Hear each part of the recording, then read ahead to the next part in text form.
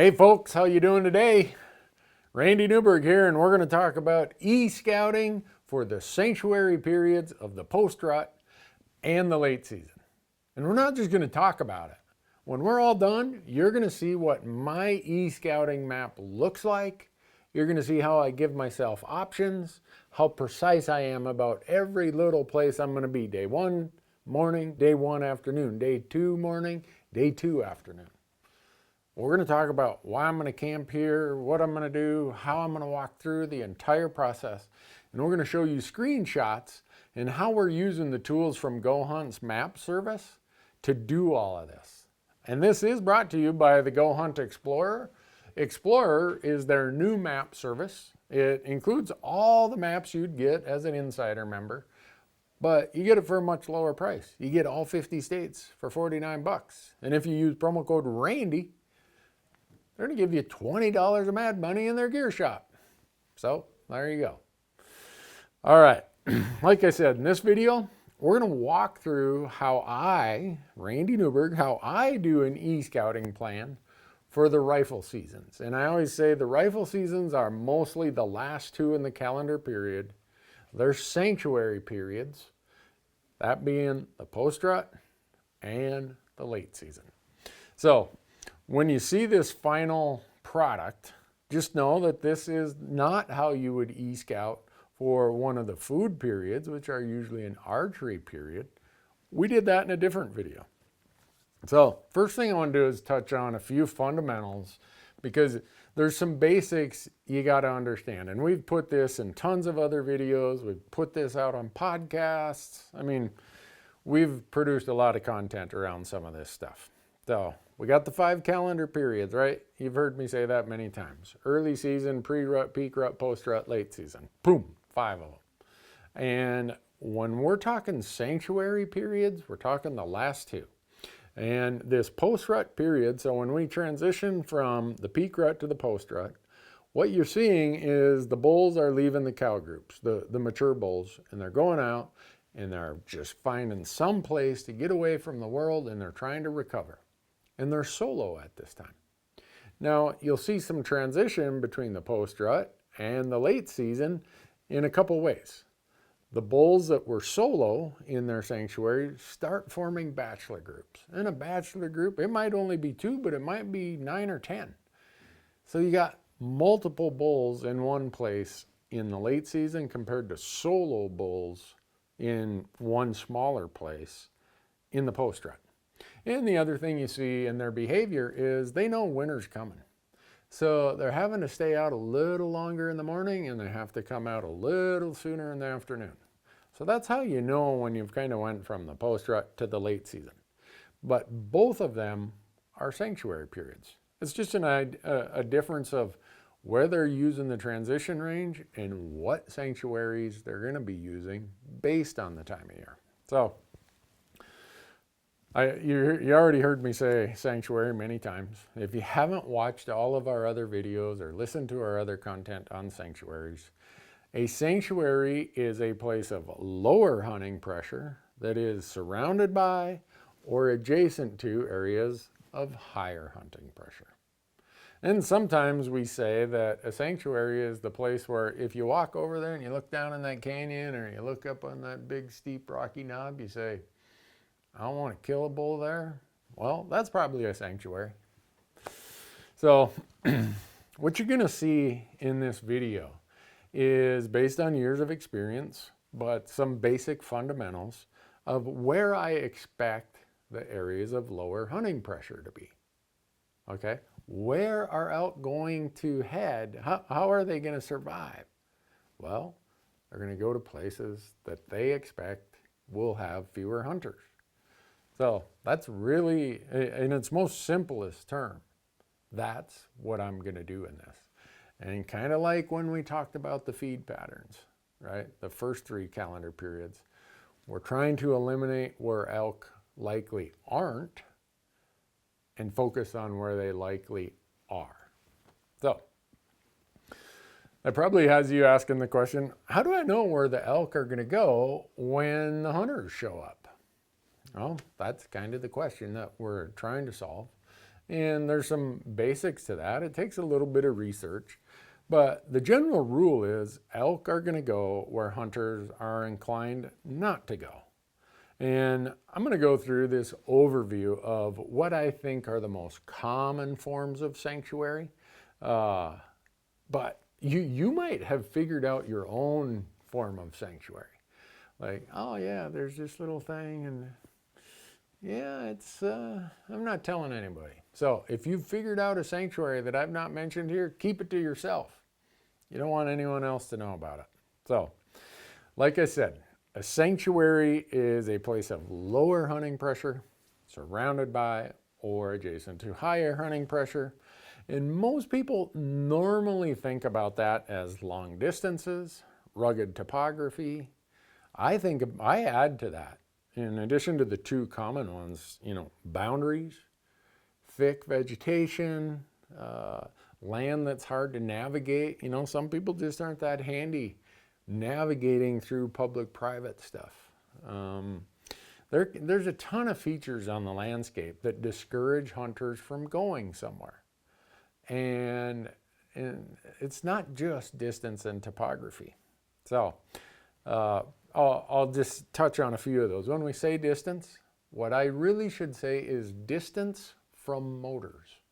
There's tons of studies out there that show elk in these rifle periods want to be at least a mile from motorized roads and trails. So when we say distance from motors, to me, that starts at a mile and then moves even further from there.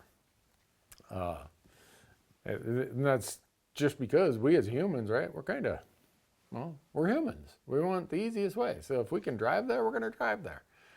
And they all quickly figure out, old Pete was standing out there in that little meadow next to that road last year. He got shot. I ain't going to do that. So these places that you see them, you can find this out through motorized travel maps issued by the agencies and the land management agencies, usually the Forest Service, the BLM, sometimes the State Wildlife Agency. There might be roads that show up on your map, but they might be gated during hunting season. So they're doing that to try help elk security. And those are the places that you look and that might be worth looking there. Even though there's a road, if there's a gate, that is one of those places where distance becomes a sanctuary. And then we have topography. It can be a deep, ugly, nasty canyon like the ones I've hunted in Arizona and Nevada. It could be an ugly, nasty peak like some I've hunted in Montana and Idaho and Wyoming and Colorado. Or sometimes it's just a little stretch of really nasty topography. Maybe it's only 400 vertical feet of really nasty stuff, and then it kind of gets easy going. It doesn't take too much difficult topography to thin out the weak of heart. It's just how the human mind is. I'll go find an easier place. And I tell people, we know that elk aren't mountain goats, but there are times you would almost think they are. And they will take us through some places that are really difficult. But those aren't the places they live in for food, for water, for sanctuary. They use parts of that really nasty, rocky stuff to create a barrier. And behind that, or above that, or below that, is where the true sanctuary is. So, my other favorite one is boundaries. And it can be public-private boundaries, where very often, most hunters over here on the public side are like, I don't want to get too close to that boundary, because over here where it's private, if I shoot a bull, he runs over there, I got a problem. And I get that. But there are ways you can hunt it to lessen that likelihood. And then very often if you have an outfitter or a private lease over here on the private, they kind of stay away from this part of their property because they don't want to bump the elk and move them over to public. So that half mile-ish, kind of half mile on each side, total of about a mile, that can be a sanctuary. Sometimes if you're hunting a unit where it's New Mexico here, Arizona here, well, guess what? A lot of hunters won't go and hunt right up next to the state boundary because maybe the season's closed over there. Or maybe it's an area that's closed or not closed. Maybe it's a boundary between a general or over-the-counter unit, and over here's a limited entry unit, and you need to have a specific tag for that unit, but you only have your general over-the-counter tag. You get it. I could go on and on about all the many boundaries that exist that create sanctuaries. And there's a whole bunch of other ones, you know, in my mind. I've shot elk. In fact, I shot an elk in Colorado where a lot of people are like, look at that blowdown. You can't get through all that. I'm like, well, if you go up and around and make a big long loop, you can. And I did. And I shot a bull. Just people are like, I don't want to go through that. And I'll admit that some of the really thick, nasty country that has terrible vegetation, like say the coast of Oregon and Washington, that doesn't appeal to me in the least. So that really thick vegetation creates a sanctuary when I'm involved because I just don't want to climb through that mess. So there's probably elk on the other side because I doubt I'm the only hunter who feels that way. You know, some people say even grizzly bears, you know, you go to a trailhead, it says, hey, beware, active grizzly bear area. Not that I'm telling you to go get in trouble and have an encounter with a grizzly bear, but both in a specific issue like that and sometimes just the fact that there are grizzly bears possibly on the landscape thins out hunters and it's lower hunting pressure. So I could go on and on. There's lists of landscape features and just the human element and the human condition that allow for some places to have lower hunting pressure, even though not too far away there might be areas of high hunting pressure. So you're going to see a whole lot of screenshots here. I'm going to try give my rationale that explains what every waypoint represents, why I've done it the way I have, why I've put campsites in a certain spot. And we're going to use Yellowstone National Park because every time we've used a real hunting unit as an example, even if it was a really hard to draw hunting unit, people get upset. So I think Yellowstone National Park serves as a pretty good example to just show the process of what we do. So in this, I'm going to show you two different plans on the same landscape. And you could say, well, one of them is for more of a Post Rut, late October plan because it's up higher in the transition zone. And you could say one of them is for a late season November type plan because it's lower in the transition zone. Or I could say, and this is what I usually do, is I go there with a warm weather plan, no matter what season I'm hunting in a rifle season. If it's really warm, I got to have a plan up here higher. If it's really cold, I got to have a plan down lower. And if it's a normal year, I'd probably have one, maybe two plans that are in the normal band, the normal range of what I'm looking for. So in this exercise, I'm just going to do the two extremes, the higher one and the lower one, and you'll kind of get a feel for why and what I'm doing and why I'm doing it. Now, remember all the stuff you've ever heard me talk about related to migratory elk. They disperse vertically, and they do so in response to what the weather conditions are. You know, is it really warm? Well, they're going to be higher. Has it snowed? Has it been snowing a lot? Did the temperatures drop? Well, then they're going to be lower. So you're going to see how we put that into effect with our plan. Now, if this was for non-migratory elk, it'd look a little bit different, but still, we're looking for sanctuaries. But we just got to remember non-migratory elk disperse horizontally. Migratory elk vertically. Non-migratory horizontally. But we'd still be focusing on sanctuary patterns, even if this was a non-migratory e-scouting plan. And all this information about transition ranges, you know, where's the summer range, where's the winter range? Your wildlife agency has all of that information. You can go out, Google reports. If you're hunting Colorado, they actually have an interactive atlas that tells you all this information in every unit. So this is not rocket science. This is information that's available out there. It's just let's think of the most efficient way to use it to our advantage. So with that, I'm going to jump onto my computer here because I've already done this. I'm going to do a bunch of screen captures, and I'm going to walk you through each of these e-scouting plans, how I do this for a 5-day hunt. Okay, we usually show up. A lot of times we've never been to the unit, and we have 5 days. We usually don't even get a scouting day. So my scouting days are spent right here on the computer. And as you've heard me say, we got to sort it out, figure it out, pack it out, and we got to get it on film. So we don't have a lot of time to mess around, and you're going to see this as if this was a tag I had, not that you can get a tag for Yellowstone, this is exactly how I would do it.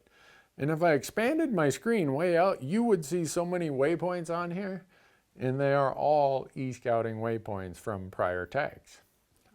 Last reminder, if you watched the video about e-scouting for food patterns, the early pre-rut and peak rut, you'll see that there we were talking about general areas. Well, what you're going to see here is not general. This is like a rifle approach. This is what is the spot on the spot. What is the spot I should be glassing for in the morning? And if that doesn't work out, what is the spot I can hike over to and improve my odds by having a better glassing angle and a better glassing spot for the afternoon? All right, I've already done these plans, and when you see this wide angle view of what I've put together here, you're gonna see kind of the northwest quadrant of the hunting unit, but we know it's Yellowstone Park. You'll see that a bunch of these green ones are from when I did a food pattern e-scouting plan. Now, I'm gonna start getting a little bit more dialed in because all of the yellow waypoints, all of the orange waypoints are how I'm going to do a late season or a post-rut e-scouting plan. So what you're going to see here is I have a bunch of orange, and I use the glassing, so the icon I use is like you're looking through binoculars for glassing locations. The blue is always my camp location. So you're going to look at this and you're going to see that for every icon out here, oh, it says morning. I bet you one of these over here says afternoon. Yeah. So I try to think of where are morning and afternoon locations for whatever period it is that I'm going to be hunting. And by period, I mean calendar period. Post rut, they're going to be up high or higher. Late season, they're going to be lower. So you might be asking, how do you know where to start?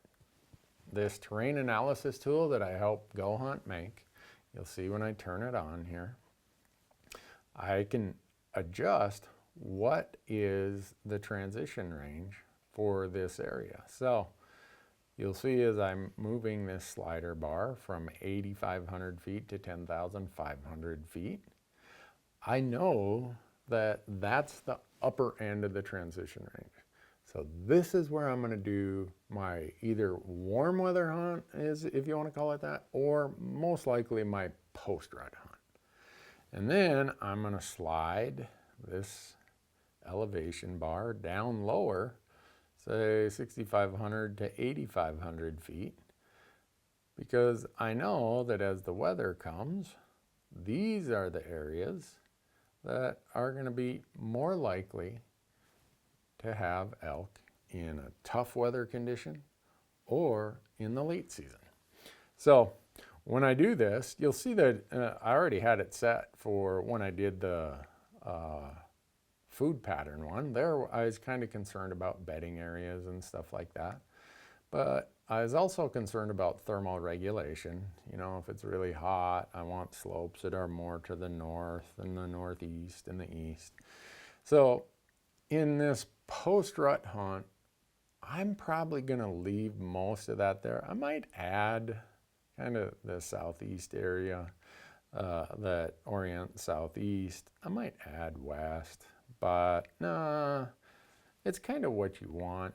But for me, I'm probably going to focus on these because in this October post-rut period, you can still have some pretty darn hot days. And now this bull elk has his full coat on him. He's looking to stay cool. So I'm going to get back up here. I'm going to change my slider bar to what I think is the top end of the transition range, 10,500. And then I'm going to go to 8,500 as the bottom end. I know that's pretty much where this elk activity will occur in October, or maybe even November if it's a really warm November. So now you can see, if I drill down a little bit here, you're going to see a lot of these light green areas. And what do those tell me? Those tell me they are in this elevation band, this 2,000 foot elevation band. It tells me they'd be good sanctuaries because we know elk like to bed at less than 20-degree slopes, preferably even 15 degrees or less. And I know that if it's really warm, they're probably going to be looking for bedding places somewhere near food sources that are facing one of the quadrants that are going to keep them cooler. So if I turn this off, this tool off, you'll see a whole bunch of this green stuff right here goes away. Poof, gone. Turn it back on, boom, here it is. Pretty slick, huh? And what do I always talk about? Eliminate where they ain't so you can focus on where they are. Well, with this little toggle switch and setting my search criteria or my analysis criteria, the three main pieces for me are elevation band, slope angle, and aspect or orientation of the slope. You can see I am eliminating an awful lot of territory where they probably aren't.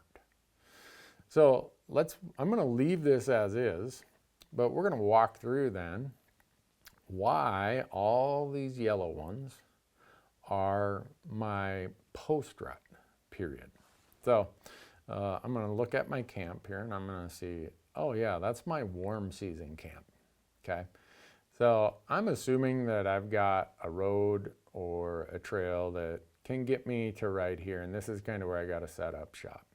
So I'm going to have different areas. So if I could, I'd just ignore all these orange ones for the purposes of this warmer weather, I should say, post-rut e-scouting plan. So I'm going to base out of here, and I always want to have a place where I can go in the morning.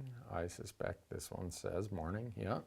And the reason I know this one says morning is because it allows me to glass kind of to the west. So the sun's at my back, and to the northwest. Sun's over here in the southeast. And if I don't see anything, I can pull stakes and come over here, and I'd bet any money this one says afternoon. Yep. Because now as the sun is over here to the southwest or to the west, again, I have the sun at my back, and I'm glassing a whole bunch of these sanctuary areas that agree with what my criteria is that I've set. So one thing I forgot to mention is right now you see it's on the satellite version. I always like to go to the hybrid version. And the reason is these contour lines are super helpful in showing you where some points, some knobs, some ridges might be that are going to give you the opportunity to glass or overlook things. So that's what I have here. You can see this little contour line comes out there. Yeah, I want to be somewhere about in there because I can be glassing this whole arc right here. Now, let's pretend that this boundary you see up here to the north isn't the boundary between Yellowstone Park and Montana. Let's assume that's a boundary between public and private, or maybe I'm hunting a general area, but to the north here, north of this boundary, is a limited entry area. Or maybe I'm hunting on the boundary of Colorado and Wyoming. Whatever it is, this boundary up here creates a good sanctuary. And by me going to this first spot that says morning, I can glass all of that. So I now have given myself this huge amount of terrain that I can glass, because these late season and post-rut hunts are glassing games. I am specifically charting how I'm going to get to this glassing knob in the dark, because I got to be there before the sun comes up. And if I sit there all day, I don't see anything, well, I don't come back to camp. I kind of make my little trek over and I go to my afternoon spot right here. And again, I'm going to be able to cover a whole lot of terrain that I probably couldn't see in the morning. If I see elk, I'm going to keep hunting that spot till I kill one or I blow them out of there. Well, you know, that's a little bit rockier stuff there. So maybe I'm going to go over here to my south on day 2. I would bet any money I have an afternoon and a morning spot over here. Yeah, I'm going to go there in the morning and I'm going to glass all of this stuff, mostly to my north. And you can see it still has all of these green areas where I'm like, all right, those are good bedding areas. Those are the elevation bands I think the elk will be at. And I'm going to go over here. All right, afternoon. I can glass all of this stuff to my north, to my northeast, to my east, and I can cover 2 spots in day 2. They give me different areas, different type of habitat and terrain than what I covered in day 1. Now, if I found elk on day 2, I'm staying right there. I'm never leaving elk to find elk. So now it's like, well, you know, they just aren't in there. So I better start thinking this through and giving it a little bit more effort. And right here is a spot that, okay, that's an afternoon spot. I have a morning spot probably over here, yeah. So the next day I can hike in over here, get here as my morning spot, and I know I can glass all of this here. I can glass north, I mean, there's a ton of terrain I can glass there. There's a bunch of timber still here because this kind of rust colored area here, I know that's a burn from 2016. So those bulls might be bedded right on the edge of that where they only got to travel 200-300 yards to feed at night, and boom, as quick as the sun comes up, they're going back into the trees. So I go there for a morning, I do this as my afternoon over here, and again, I keep repeating and repeating. And over here, what do we got? Yeah, we got another morning spot over here. And it's pretty close to this afternoon spot. If I needed to, I could chug over here in a day or in a morning and get here. So I could maybe combine this and this as my day 4 location. But I might not do that. I probably am gonna, if I'm not seeing elk here, these are all, they're slightly different spots, but they're kind of in the general same area. Well, I'm probably gonna jump in my truck and I'm gonna drive around and I'm gonna get over to this spot that you see right here. Right here, this is a different area. It's a little rockier, it's a little steeper, and it's a little higher in elevation. So right here, I got a morning, oh, this one says I could actually sit there all day. And that's probably true because it's a knob, a point that comes out to the north, and it's got enough contour to the elevation that I can glass pretty much every direction. I can glass in the morning, you know, the sun's over here. I can glass to the north, the northeast, or the northwest and to the west. And as the sun pivots in the afternoon, I can glass to the north, the northeast, or the east. But maybe I'm just going to go up there for my morning, and then what do we have down? Oh yeah, see, not far away, I have an afternoon spot. So I can come down here day 4 and do this as my afternoon spot, and I can glass all of this stuff around here. So maybe that's what I'm going to do on day 4. Or maybe here's some even nastier, higher, rockier stuff right here. So I would come and park right here, and I'd hike in. And this one is a morning spot. It lets me glass all of this stuff to my north, my northwest, and my west. And it's quite a bit higher. You know, now I'm getting up to 9,400 feet. And if I don't see anything, it's not too big of a deal. You know, I got about 1.25 miles to go to get over here for this afternoon spot. And with that afternoon spot, I'm going to be able to glass up into this drainage. I'm going to glass all this stuff, again, with the sun at my back. So every once in a while, you know, you're out doing a hunt and things are just falling apart and you aren't seeing anything. It's happened to me, I can't tell you how many times. More times than I'd like to admit. So some days, like on my last day, I will do the old Hail Mary, and you're gonna see way over here, I mean 20 miles, 25 miles away, are two other spots that are completely different. Because if I haven't found elk or good elk sign in the first 4 days and nothing has encouraged me, that's when you roll the dice.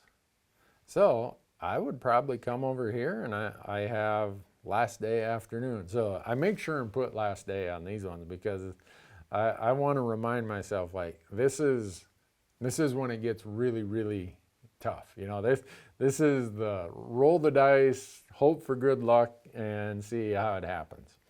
You know, I probably would park somewhere right in here. I'd find wherever the nearest parking spot is, hike in there, and this would be my morning last day, and then this would be my afternoon last day.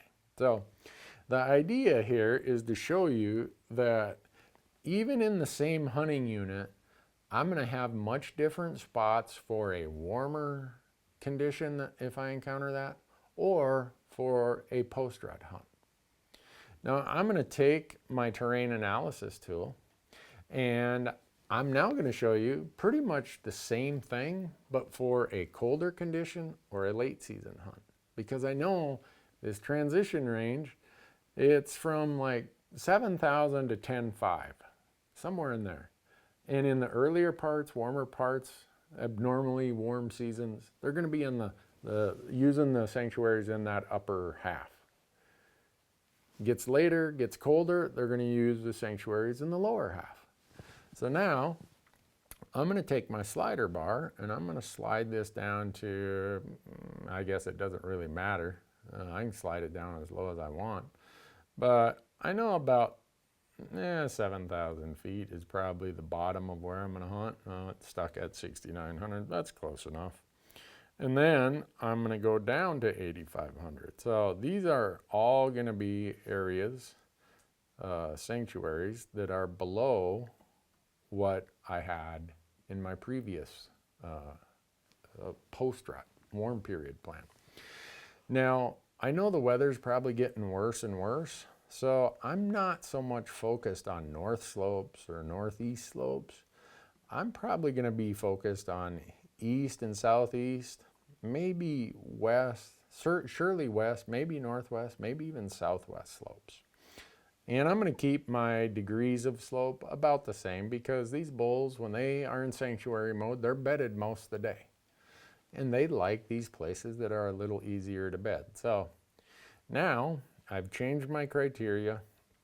I'm going to go in here and I'm going to show you what I came up with and why. This is going to be a hunt that happens in this late season, let's say November.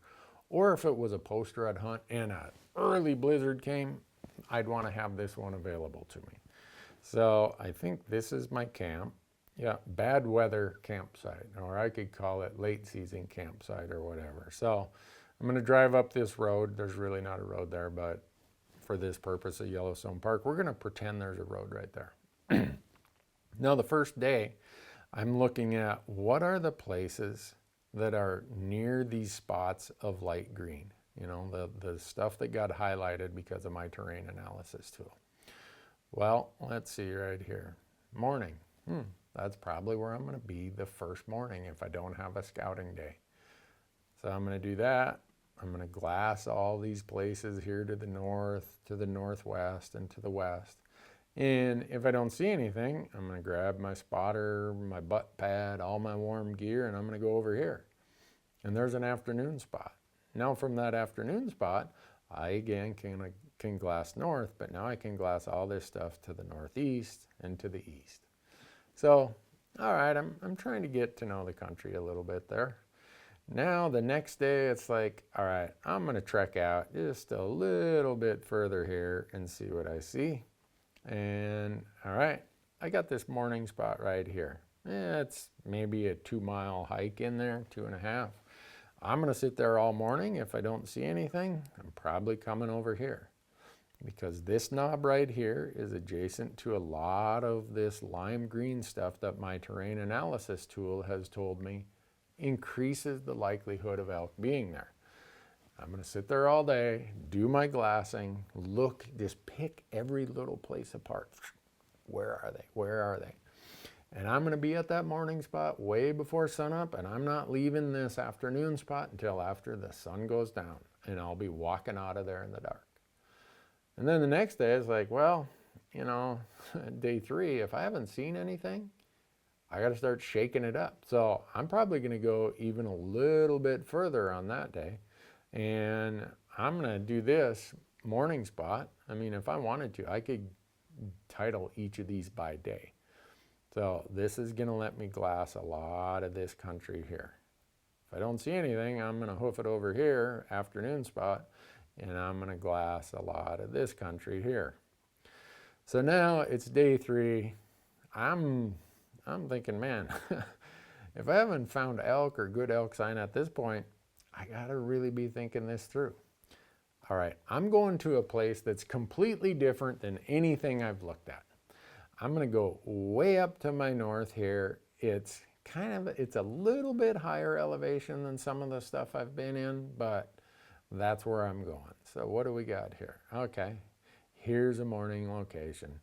I got a pretty good haul to get in there. You know, I'm going to probably get there. I better figure out how early I can get there. I might have to hunt my way there right at daylight and be close and be hunting some of these spots. But once I get there, you know, that's 3 miles in there. I got to be on the ball. I can't be sleeping in. So I'm going to sit there, don't see anything. Here's a good afternoon spot. All right. So I don't see anything on day 4. And now it's like, what do I do?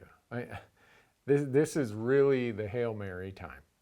So I got these spots way over here. Maybe I'll luck out and I can find a road that kind of takes me to right there, and I could park there.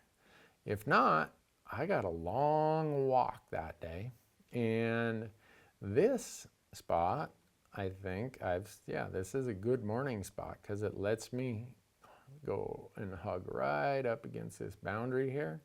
And if I don't see anything, I'm going over to this afternoon spot, and you will see that it gives me coverage of this entire big basin here. So if I haven't found anything this day 5, you can see it's way out of the way. It's completely different in elevation. It's different in how much it hugs boundaries. I'm really trying to put together as many sanctuaries as I possibly can in hopes that I got to do something different. You know, I can't just mark 2 or 3 spots on my map and just go there as the same spots all the time. Your hope is you go to your best spot the first morning, what you think will be your best spot.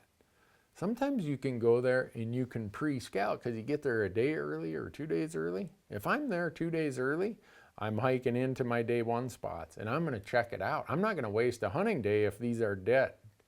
And then I'm going into my day 2 spots and check it out. And then my day 3 spots and check it out. Depends on how much time I have, but a lot of times I don't have any time. So by the time I set up camp the next morning, I'm going in the dark.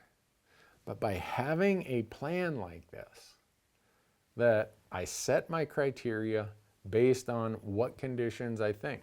And with migratory elk, probably the biggest criteria that you really need to pay attention to for late season and post-rut hunts is the elevation band, because these elk disperse vertically in response to weather.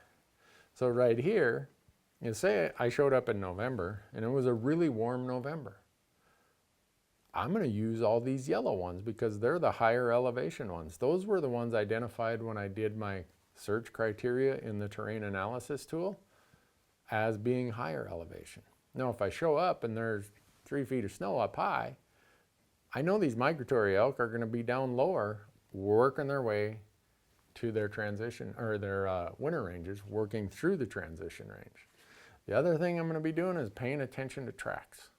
If I see tracks that are all heading to the winter range, I'm going to look and say, are those cow or are those bull? I'm looking for these tracks that are just meandering. Those are the feeding elk. Those are the ones that are nearby. They're in a sanctuary somewhere. Those are the ones that I want to go after. And if I'm physically, with my eyes, I'm seeing cow elk at some elevation, I know the bulls are going to be above that. Bulls always come down later than the cows. So if you're doing this elevation adjustment and you're seeing cows, don't stay there. Move up a bit, because that's where the bulls will be. But hopefully seeing it this way, you understand now that, wow, I can take this out into the woods because it's right there on my phone. That's the beauty of the Go Hunt Explorer or even their Insider map system. You get all this, all the mapping, all 50 states. You get it right here, but it all converts over to right here on your phone. I mean, this is power. This makes life so much easier. You see how easy it is to eliminate where they aren't and focus on where they are. That terrain analysis tool for me is one of the biggest game changers I've ever had the benefit of using. So with that, if you want to get Go Hunt's mapping system, you can get it with the Insider or you can get it with Explorer. Explorer will give you all 50 states for $49. It's every map tool you get with Insider, but it's just less expensive. And if you use promo code RANDY, they're going to give you $20 of mad money in their gear shop.